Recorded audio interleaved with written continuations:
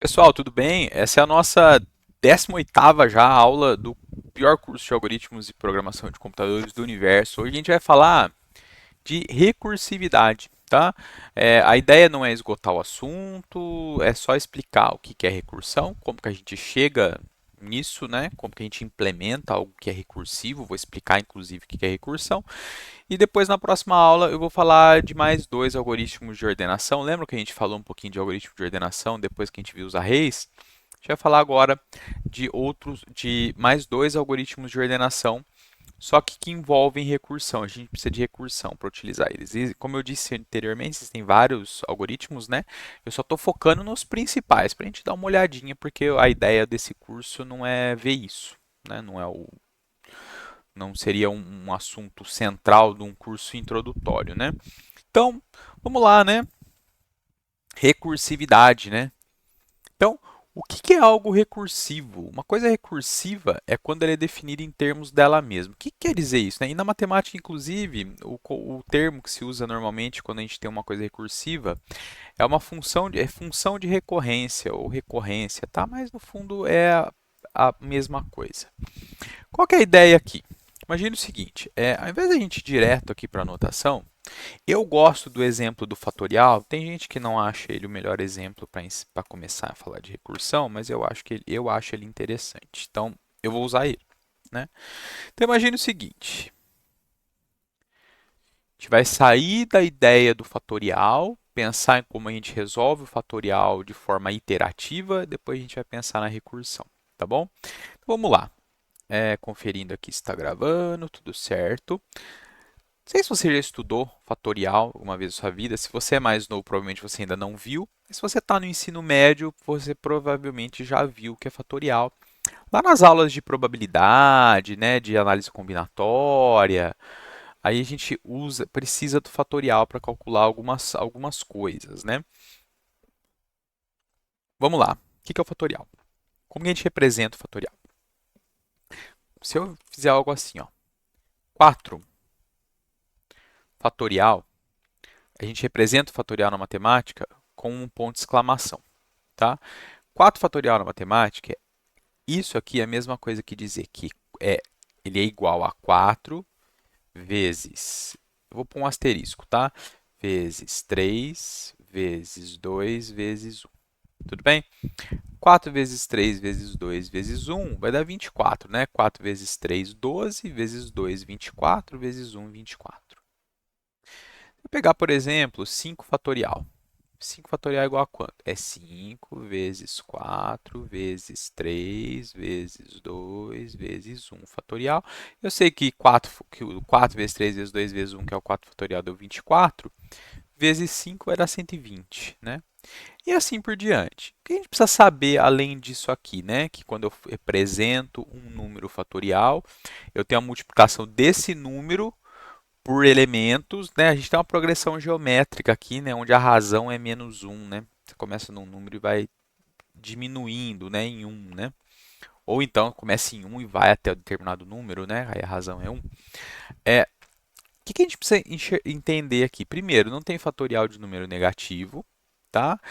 E a gente precisa tem a definição do zero fatorial. O porquê que zero fatorial é igual a um? Tem vários vídeos no YouTube que vocês conseguem encontrar essa demonstração. É bem interessante, inclusive, tá?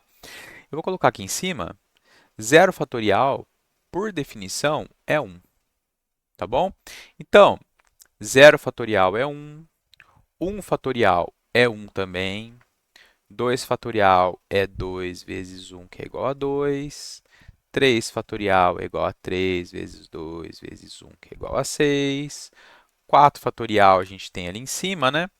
4 fatorial é 4 vezes 3 vezes 2 vezes um, que é 24, e assim por diante. Ou seja, o domínio dessa função fatorial aqui é o conjunto dos números naturais.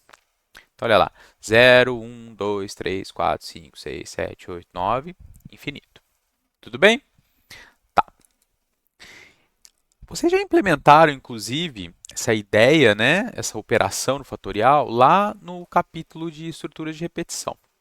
Como que a gente faria para implementar uma função agora que calcula o fatorial? Sem pensar na limitação desses números, né? Porque o inteiro ele vai crescer muito rápido na linguagem C, né? Em qualquer linguagem, na verdade. A gente vai estourar o limite do inteiro muito rápido para um fatorial relativamente pequeno. Mas sem pensar nisso, sem pensar em limite de número, de representação de um tipo, como que a gente implementaria uma função que faz isso? Então a gente pode fazer algo assim, né? Ó, ver se vocês concordam. Int fat, chama de fat, de fatorial, tá?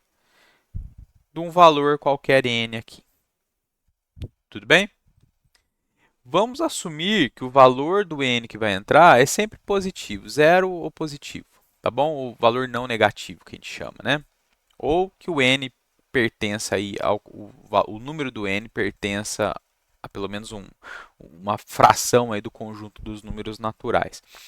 Como que a gente calcularia, faria esse processo aqui? Para ficar idêntico ao que está aqui, a gente precisa primeiro ter uma variável para guardar o resultado. Eu vou chamar ela de f, para não confundir com o nome aqui da função, tá bom? Eu tenho que inicializar ela com 1, porque eu vou ficar multiplicando valores dentro dela, com ela. E inicialmente, se eu puser 0, o primeiro valor que eu multiplicar vai dar 0 e assim sucessivamente, a gente não vai obter o valor correto. E aí eu faço um for, para a gente ficar igual aqui à definição, a gente faria algo assim, ó. Veja se vocês concordam. I igual, vamos começar em n.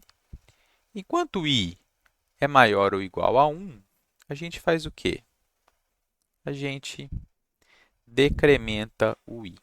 E agora o f recebe f vezes i, e aí eu retorno, desculpa, o valor de f. Ficou meio torto aqui, mas eu acredito que dê para enxergar o que eu fiz.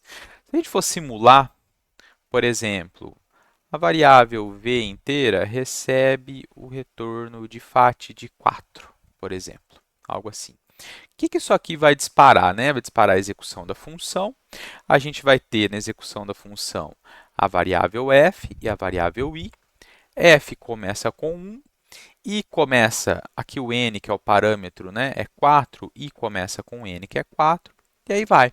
4 é maior ou igual a 1? É. O que faz? F recebe f vezes i. F é 1, i é 4, f vezes i, 4 vezes 1, ou 1 vezes 4, e atribui a f, decrementa o i, e o processo continua. 3 é maior ou igual a 1? É. Então, f recebe f vezes i. 4 vezes 3, 12.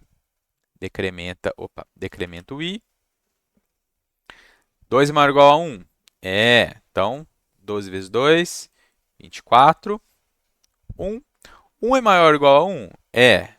24 vezes 1, 24. E passa a ser 0. 0 é maior ou igual a 1? Não. 0 não é maior ou igual a 1. A gente poderia pôr aqui também um maior que 0, uma alternativa, né? Retorna o f. Então, para passar... Opa! Fiz alguma coisa errada aqui, peraí. Ah, não, tá certo, né? Tá certo. Fatorial de 4 é 24. Não sei por que estou pensando em 5. Então, esse valor 24 vai ser o valor que vai ser retornado pela função fat, vai ser o valor que vai ser atribuído à variável v. Bem, daria para melhorar alguma coisa aqui? O 1 a gente não precisa multiplicar, concordam? Então, poderia deixar aqui, talvez para simplificar um pouco, não vai fazer quase diferença, que é uma operação só, mas a gente poderia não colocar o... Vamos usar a borracha aqui, ó. Não usar o igual. Porque eu não preciso multiplicar por 1, porque o 1 é o elemento neutro, né, da multiplicação. Qualquer coisa multiplicada por 1 é ela mesma, então não preciso fazer. Vamos ver se funciona para 0. Se fosse 0, i recebe 0. 0 é maior que 1, falso. Já deu falso, retorna 1, que é o valor do f, fatorial de 0 é 0.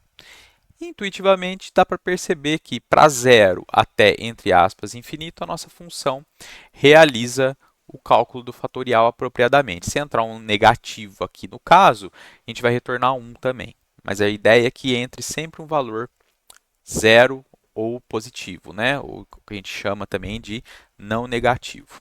Tudo bem? Então, essa aqui é a versão iterativa que vocês já estão acostumados. Mas, a gente pode pensar na função fatorial de forma recursiva também.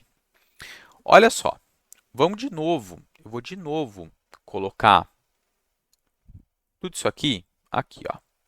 0 fatorial igual a 1, 1 fatorial igual a 1, 2 fatorial igual a 2 vezes 1, 3 fatorial igual a 3 vezes 2 vezes 1, 4 fatorial é igual a 4. Deixa eu tentar manter um alinhamento aqui.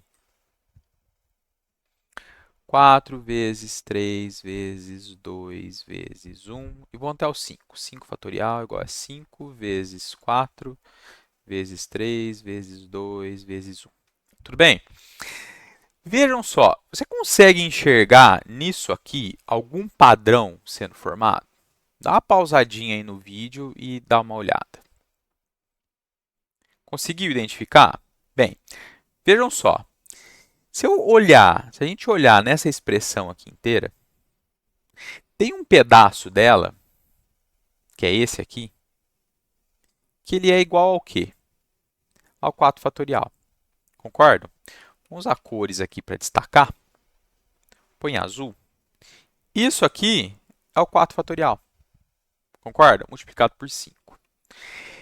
Esse cara aqui é o 3 fatorial. Desculpa. Isso mesmo. Esse cara aqui é o 3 fatorial multiplicado por 4, o 4 fatorial, né? Agora, o 3 fatorial é isso aqui, que é o 2 fatorial, vezes 3. E se a gente continuar o processo, isso aqui é 1. O 2 fatorial é 2 vezes o 1 fatorial. E a gente poderia até expandir essa ideia pensando no 1 fatorial que ele está multiplicando por 0 fatorial. Tá? Vamos colocar isso, que talvez para algumas pessoas fique um pouco mais claro. Tá? Esse 1 fatorial aqui, só para a gente seguir esse raciocínio, a gente poderia falar que esse 1 aqui é o 0 fatorial. No final das contas, quase não vai fazer diferença. Tá? Pensando nisso aqui agora, olha só, a gente não poderia generalizar aqui na nossa notação normal do fatorial, a gente poderia dizer que o fatorial de n, então, se eu tenho um valor qualquer, valor n, eu poderia dizer que o n fatorial é um produtório, é um π maiúsculo aqui, do i igual a n até 1 de i. Ou seja, isso aqui é uma série de multiplicações que vai me gerar um resultado, não é isso? Se eu colocar n igual a 3 aqui, é 3, o i vale 3, depois o i vale 2, depois o i vale 1, vai multiplicando e dá o resultado. Aqui, se a gente for pensar na notação, na matemática, para a gente tentar formalizar isso aqui, vamos dizer assim, formalizar mesmo, né? A gente poderia pensar primeiro nisso aqui, ó, ver se você concorda. 0 fatorial é a base do cálculo, ele não muda, certo? Ele é 1 por definição. Agora, usando esse nosso raciocínio aqui, a gente pode dizer que 1 fatorial é igual a 1 vezes o quê? 0 fatorial. A gente nem precisa dessa parte aqui, a gente poderia colocar o 1, inclusive, na base, mas eu estou deixando para vocês verem que dá para encaixar a ideia, tá bom? 2 fatorial, a gente pode dizer que é 2 vezes o quê? 1 fatorial. Esse 1 aqui é esse 1 aqui, tá? Esse 1 de resultado. Poderia pôr o 0 fatorial também, mas aí estraga o padrão que a gente quer enxergar. 3 fatorial é igual a quê? 3 vezes 2 fatorial. 4 fatorial é igual a 4 vezes 3 fatorial. 5 fatorial é igual a 5 vezes 4 fatorial. E para um valor n qualquer, como que eu representaria, desde que o n seja diferente de zero para o nosso padrão aqui, a gente poderia falar isso aqui, ver se vocês concordam. Se eu for aumentando isso aqui, n fatorial é igual a quanto? Olha o padrão. Se o 5 é o n, se o n é 5, seria o quê? N fatorial, 5 fatorial é igual a n. O 4 quem que é? É o 5 menos 1, não é isso? N menos 1 fatorial. Vejam, do lado direito, na definição da função, eu tenho ela aparecendo de novo. Imagina que esse fatorial é uma função, certo? Ele só tem um nome abreviado, não é isso? Não é abreviado, não. Tem um símbolo para denotar essa função. Então, eu posso dizer isso. Só que eu tenho um caso especial.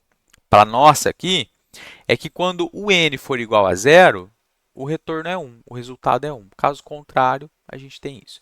Poderia, de novo, englobar tanto 0 quanto 1 nisso. Então, para definir isso aqui formalmente, a gente poderia dizer assim, ó, n fatorial é igual ao quê? 1 se n igual a 0. Certo? Ou n fatorial é n menos 1 fatorial, caso contrário. Pensando, olhando isso aqui como uma função, imaginando que o n, o domínio ali do n, é o número, o conjunto dos números naturais. A gente pode dizer também para todo, esse a de ponta cabeça, só que não é bem um a, né? É um símbolo para todo, é um assim, ó. Tá bom? Para todo n que pertence ao conjunto dos números naturais. Certo? Ou seja, isso aqui é verdadeiro para todo n que pertence ao conjunto dos números naturais. No material, vamos ver, eu só passei o olho, né, para ver o que eu ia falar. Vamos ver se o n igual a 0 e n igual a 1 também. Aqui, ó, na definição que está no material, n fatorial é 1 se n é menor ou igual a 1 e n menos 1 fatorial, caso contrário. Que a gente está multiplicando, né, para o n que pertence ao conjunto dos números naturais. A gente pode fazer, inclusive, isso aqui. Essa interpretação aqui é caso o 1 fatorial fosse igual a 1 também. Que não deixa de ser, né? Porque está multiplicando por 0 fatorial, que é 1, que é o elemento neutro. Tudo bem? Tá, mas e aí? Como que a gente implementa isso em C? Tem como? Tem como. Olha a implementação da função fatorial. Vocês têm que enxergar que essa exclamação aqui, o parâmetro da função fatorial é o número que está antes dela. Só que em C a gente não define dessa forma a função. A função tem que ter um nome. Concordam? Então eu vou chamar essa função de fat. Então esse fat, o parâmetro que está entrando, isso aqui corresponde a isso. Tudo bem? Essa exclamação corresponde ao nome da função. Tá bom? Vamos Ctrl Z aqui para voltar. O que eu faço?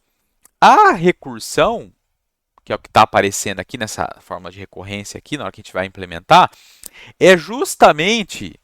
Nossa, o menos 1 ficou feio aqui, hein?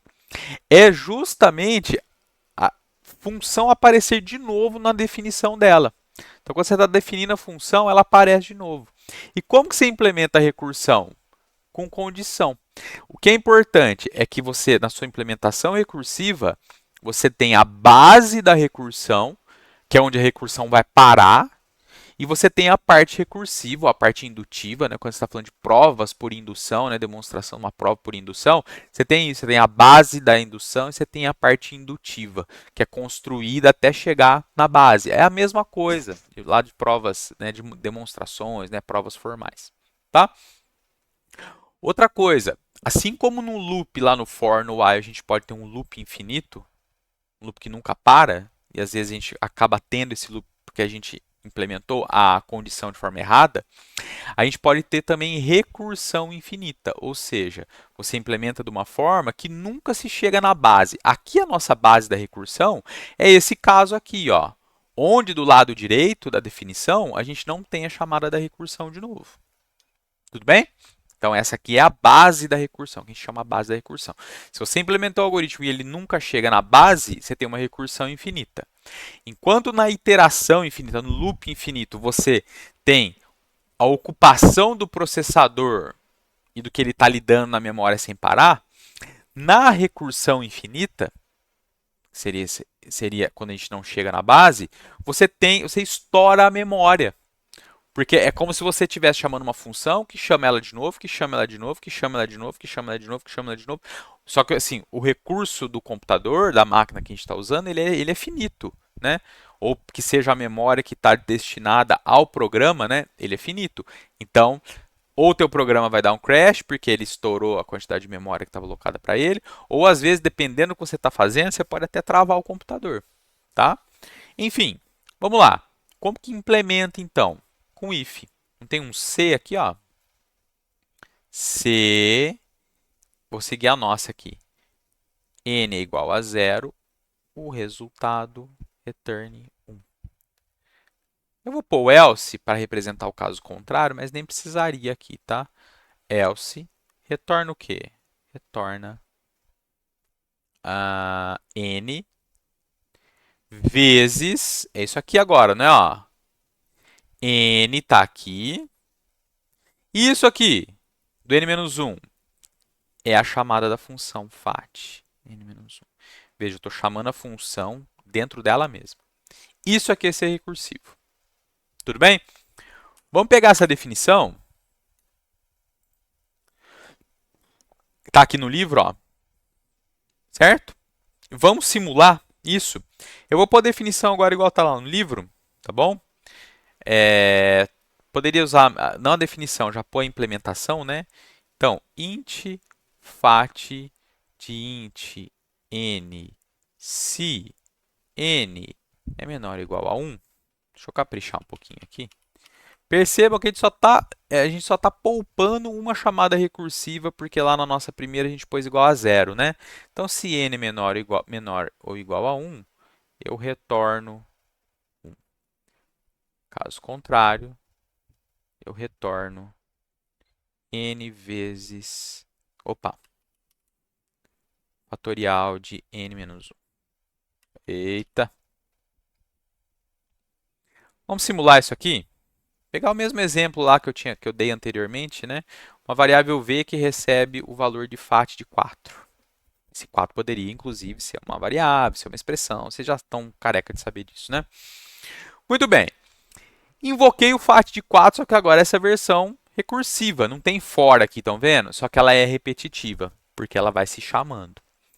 Fat de 4. Entrou 4. 4 é menor ou igual a 1? Não. Vai para o else. Retorne, então. Então, essa função, para ela terminar, vejam só. Eu cheguei no return dela, só que eu vou retornar o n, que para essa instância aqui eu tenho 4, vezes o quê? A chamada da função de novo, passando n-1. N não é 4? N-1 é 3. Então, vejam só, para essa função aqui retornar, para ela continuar a execução dela, e no caso retornar aqui no caso, ela está dependendo da execução da mesma função. Só que agora essa aqui ela vai ter as cópias da variável dela própria. Tudo bem? Muito bem. Chamei o fat. Se a gente fosse ter aquela nossa pilha de invocação, lembra quando eu falei de funções? A gente tem aqui a função main.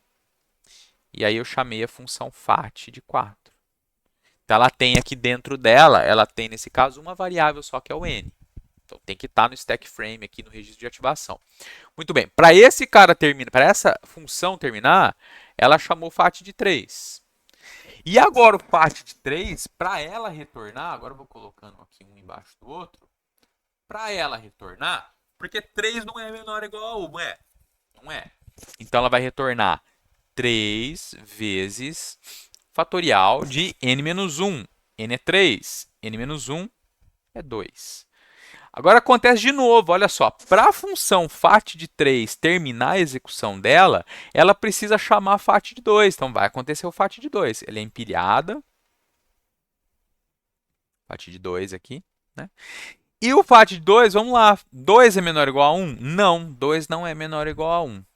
Entra aqui no else. Isso aqui, então, ela vai para o return do 2 vezes fat de 2 menos 1, que é 1. Para essa função fat de 2, então vejam, fat de 4 está esperando fat de 3 terminar, fat de 3 está esperando fat de 2 terminar, o fat de 2 está esperando fat de 1 terminar. Agora olha o fat de 1. 1 é menor ou igual a 1? É. Isso aqui eu vou chegar na base da recursão, porque isso aqui vai me retornar quanto? 1. Agora a gente começa o caminho inverso, porque eu tenho empilhado aqui o fat de 1. Esse cara aqui vai terminar a execução dele retornando para esse aqui quanto? 1. Então, 1. Esse 1 aqui agora, ele vai retornar para cá, onde está o fat de 1. 1. 2 vezes 1. Isso aqui agora, o resultado é 2 vezes 1, que é igual a 2. Esse 2, que é o resultado, vai ser retornado para onde está esperando o FAT de 2. Ou seja, o FAT de 2 vai terminar a execução e vai retornar 2 para quem chamou ele. Então, esse 2 vai vir para cá. Para cá. Muito bem. O que isso aqui vai fazer? 3 vezes 2, que é igual a quanto? 6. Ou seja, a função FAT de 3 agora consegue terminar. E o resultado dela é 6, que vai voltar para cá. Então, FAT de 3 terminou, retorna 6, que a FAT de 4 estava esperando. A FAT de 4 vai rodar quanto? 4 vezes 6, que é igual a quanto? 24. Então, FAT de 4 agora vai terminar a execução e vai retornar para quem chamou, que no caso aqui é o main. Então, retorna o 24 para o main. O valor 24 vai ser atribuído a V e continua a execução do programa. Tudo bem? Percebam a repetição. Só que agora a repetição ela vem da recursão que usa uma estrutura condicional. Ah, posso ter for, posso ter while aqui, dependendo do teu problema, você pode. Tudo bem? O importante é chegar na base da recursão. Estou afastando aqui da tela, estou afastando da câmera. Tudo bem? Isso que é importante, porque senão você entra numa recursão infinita. Beleza? Vamos ver mais um exemplo? Depois tem vários exemplos aqui no material, no livro, tá? E não tem exercício esse ou tem? Ah, tem alguns exercícios sim, ó. Falei que não tem, mas tem sim, tá? Tem o exercício 14.1, 14.2, 14.3. 3 exercicinhos aqui para vocês pensarem, tá? Esse aqui eu não vou fazer nenhum, tá? Esse aqui eu vou deixar para vocês baterem um pouco a cabeça aí, tá? Ah, tem a parte também do squaring. Isso aqui é interessante, mas eu não vou entrar em detalhe não, tá? Senão a gente demora muito tempo. Quero ir mais direto, tá? Então, várias definições aqui de operações vocês vão estudar sozinhos, tá? Vamos fazer agora, eu vou pular, a gente viu o FAT, vou pular o somatório, é igual ao fatorial, só que é soma ao invés de multiplicação. Vou fazer o Fibonacci. Lembra do Fibonacci? Vocês fizeram o exercício da série de Fibonacci? Que a gente vai fazer também. Como que é a história da série de Fibonacci, né? Vocês lembram? É 1, 2, 3, 5, 8 e vai embora. A gente começa com 1 e 1. O próximo termo é a soma dos dois anteriores. Então, 1 com 1 dá 2. O próximo é 1 com 2, que dá 3. O próximo, que é o 5, é 2 mais 3 e assim por diante. Tá? Pensa só. O próximo termo da série é a soma dos dois anteriores. Então, a gente consegue definir isso aqui de forma recursiva da seguinte maneira. Vou chamar a função de fib. Fib de n é igual ao quê? Esse n é o termo, tá certo? É o termo da função. É o termo da série, desculpa. É o parâmetro que a gente está passando. Termo 0, termo 1, termo 2, termo 3, termo 4, termo 5, assim vai, e assim sucessivamente. O que eu sei com certeza? Que ou o termo 0 ou o termo 1, o resultado é 1. Essa aqui é a base da recursão. Então, o resultado disso aqui é 1 se n for menor ou igual a 1. Parecido lá com o Fibonacci, né? Não tem nada a ver, mas parecido aqui no nosso caso. Caso contrário, se eu quiser calcular o Fibonacci do 2, eu vou somar o resultado do primeiro termo com o resultado do segundo termo, concordam? Então, se o n for maior que 1, a gente tem o quê? Que o resultado é fib de n menos 2. Se eu estou no n, eu quero somar quem está 2 à esquerda, para vocês aqui, né? 2 à esquerda dele, com quem está 1 à esquerda dele. Caso contrário. Vejam só, implementação. Int fib de n é igual. C não, desculpa. Se if n menor ou igual a 1, eu retorno 1. Caso contrário, esse else não precisava, tá? Eu só estou colocando para bater com o que está aqui, ó. Caso contrário, retorna fib de n menos 1, n menos 2, desculpa, mais fib de n menos 1. Vamos simular a execução disso aqui? Então imaginem lá que eu tenho uma variável chamada de v de novo e ela espera o retorno de fib de 5. Fib de 5 vai expandir bastante, mas mesmo assim eu vou fazer para vocês verem. Fib de 5. Muito bem. Está entrando 5. 5 é menor ou igual a 1? Não, não vai retornar 1. Então ele vai retornar, para esse cara aqui terminar, ele vai ter que fazer o fib de n menos 2. Se o n é 5, 5 menos 2 é 3. E depois vai ter que somar com o fib de n menos 1, que é 4. Só que vejam, para esse cara terminar, ele já chama uma função, já chama de forma recursiva uma vez, só que ainda nem vai chegar desse lado de cá. Então vai fazer o fib de 3 agora. Só que o fib de 3, 3 é menor ou igual a 1? Não. Então isso aqui vai rodar fib de 3 menos 2, que é 1, mais o fib de 3 menos 1, que é 2. Certo? Fib de 1 é a base da recursão, não é? Porque, ó, 1, n é menor ou igual a 1, 1 é menor ou igual a 1? É, então o resultado disso é 1. Agora, esse cara ainda não terminou, só terminou a primeira chamada recursiva. Ele vai para a segunda, porque eu vou ter que fazer a soma desse valor com o retorno disso. 2 é menor ou igual a 1? Não. Então, cai na parte recursiva aqui. O que vai acontecer? Fib de n menos 2, que é 0, mais fib de n menos 1, que é 1. Fib de 0 é quanto? 1. Para esse cara terminar, ele terminou essa chamada, só que ele ainda tem a outra. E essa aqui é a base também. Fib de 1 é 1. Esses dois vão ser somados, 1 mais 1, que vai dar 2. O resultado disso aqui é 2. Agora está pronto. Vai fazer 1 mais o 2, que retornou daqui, que dá 3. Só que, para terminar o fib de 5, não é só essa chamada que foi para a esquerda, vamos dizer assim. Ainda tem que ir para a direita. Vai rodar o fib de 4. Fib de 4 é fib de n menos 2. N é 4, n menos 2 é 2. Mais fib de n menos 1, que é 3. Percebam, olha o fib de 2 aparecendo aqui de novo, ó, que já apareceu aqui, e o fib de 3 que já apareceu aqui. Fib de 2 é fib de 0 mais fib de 1. Isso aqui é 1, isso aqui é 1. 1 mais 1 dá 2, que é o resultado disso. Só que aqui ainda tem o fib de 3. Fib de 3 é fib de 1, que vai dar 1, mais fib de n menos 1, n é 3, n menos 1 é 2. E aqui ainda vou ter o fib de 0 mais fib de 1. Isso aqui é 1, isso aqui é 1. Então vejam, agora sim, se vocês contarem todos esses 1s aqui, vai dar o fib de 5, que é 8. Ó, 1, 2, 3, 4, 5, 6, 7, 8. A ordem de execução disso aqui, vamos colocar em colorido, é essa aqui, ó. Vem para cá, retornou. 1. Somando com 1 mais 1, 2. O resultado disso é 2. Desse aqui, ó, 2. 1 mais 2 é 3. Então, o resultado disso é 3.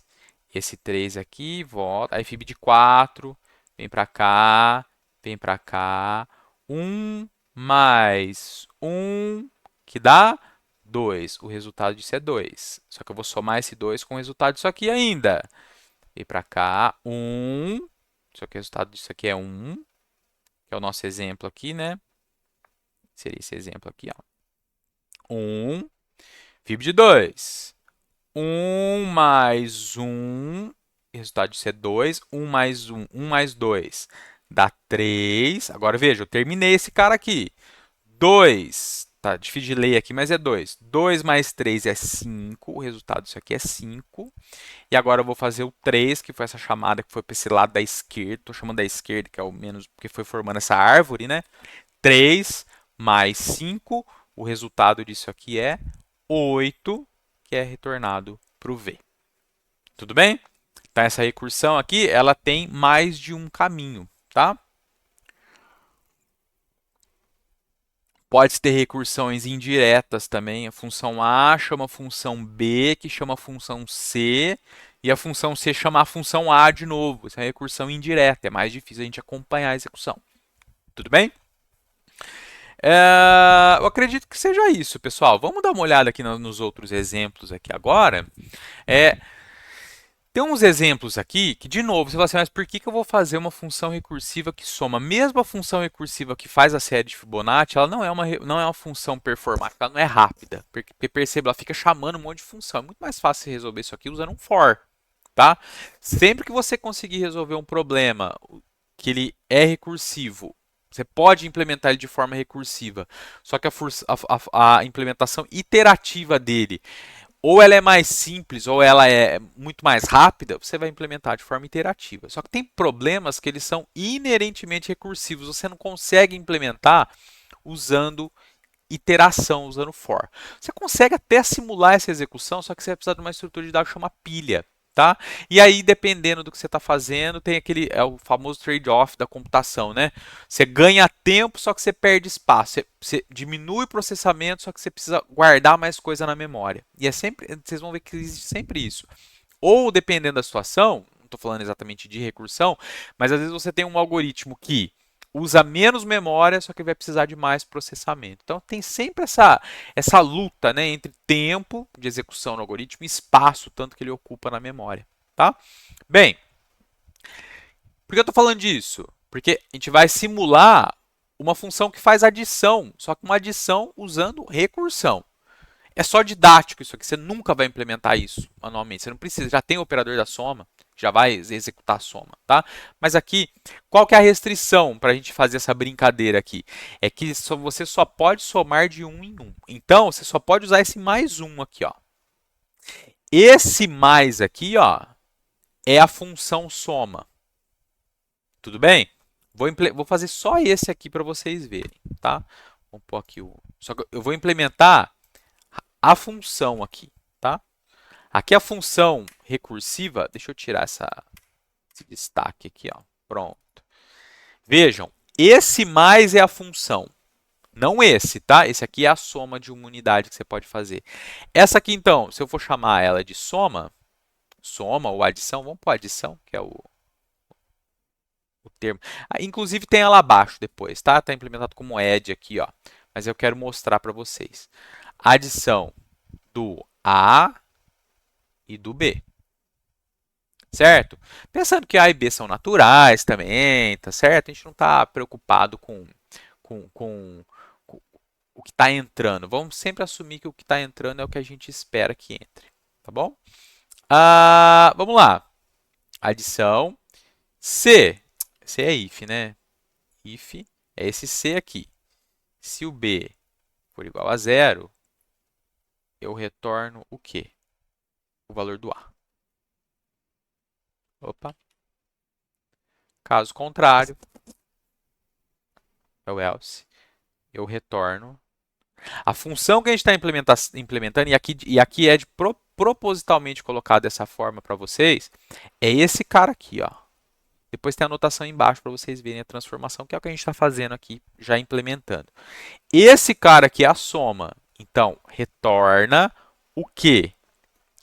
A chamada da função adição, passando o A, e o segundo parâmetro é o B menos 1. Mais 1. Então, essa é a implementação da função. Vocês vão ver que tem ela aqui implementada logo abaixo, tá? Ó. Vem aqui. Então, tentem fazer. Eu saio de uma notação mais matemática, veio para uma coisa meio que meio termo, transformando esse símbolo aqui da soma, que é uma função, numa coisa que tem a cara mais de uma função e depois vindo para o código, tá bom? Aí vem a subtração com a mesma restrição, a multiplicação, aí a restrição que você só pode somar uma quantidade fixa, a divisão você só pode subtrair uma quantidade fixa e somar uma unidade, depois o resto, que é parecido com a divisão, depois a exponenciação, e aí vem a exponenciação usando quadrados, usando esse squaring aqui, tá? Que você ganha tempo.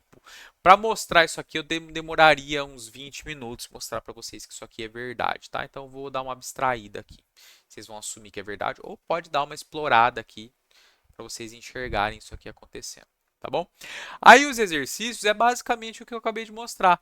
Tem a declaração da função e a definição aqui, ó, mais perto da matemática. É você fazer ela e usar ela no exercício, tá bom?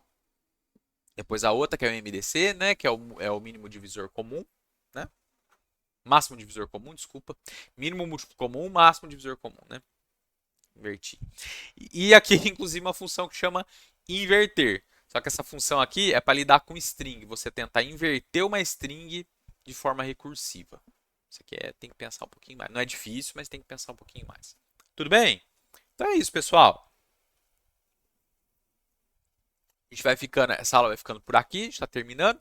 Na próxima aula agora, eu vou explicar dois algoritmos de ordenação que dependem de recursão, tá? Um se chama Merge Sort e o outro se chama Quick Sort. De novo, sem compromisso com formalismos, tá? Só para vocês enxergarem esses algoritmos. São algoritmos bem mais rápidos, né? Do que o que a gente viu em 10 aulas passadas, né? Que a gente vai ser aula 19, se eu não me engano, a gente viu na aula 9 os algoritmos de ordenação elementares. Mas é mais para vocês verem que existe, tá bom? Aí depois, se vocês quiserem ver de fato esse algoritmo, definição dele, características, quem que inventou, tal, aí vocês dão uma procurada no YouTube, ou então eu tenho, inclusive, eu devo ter aulas gravadas aí de alguns anos atrás explicando eles. Tudo bem? É isso aí, pessoal. Espero que o curso esteja sendo útil, que vocês estejam gostando, que vocês estejam aproveitando e até mais. Falou!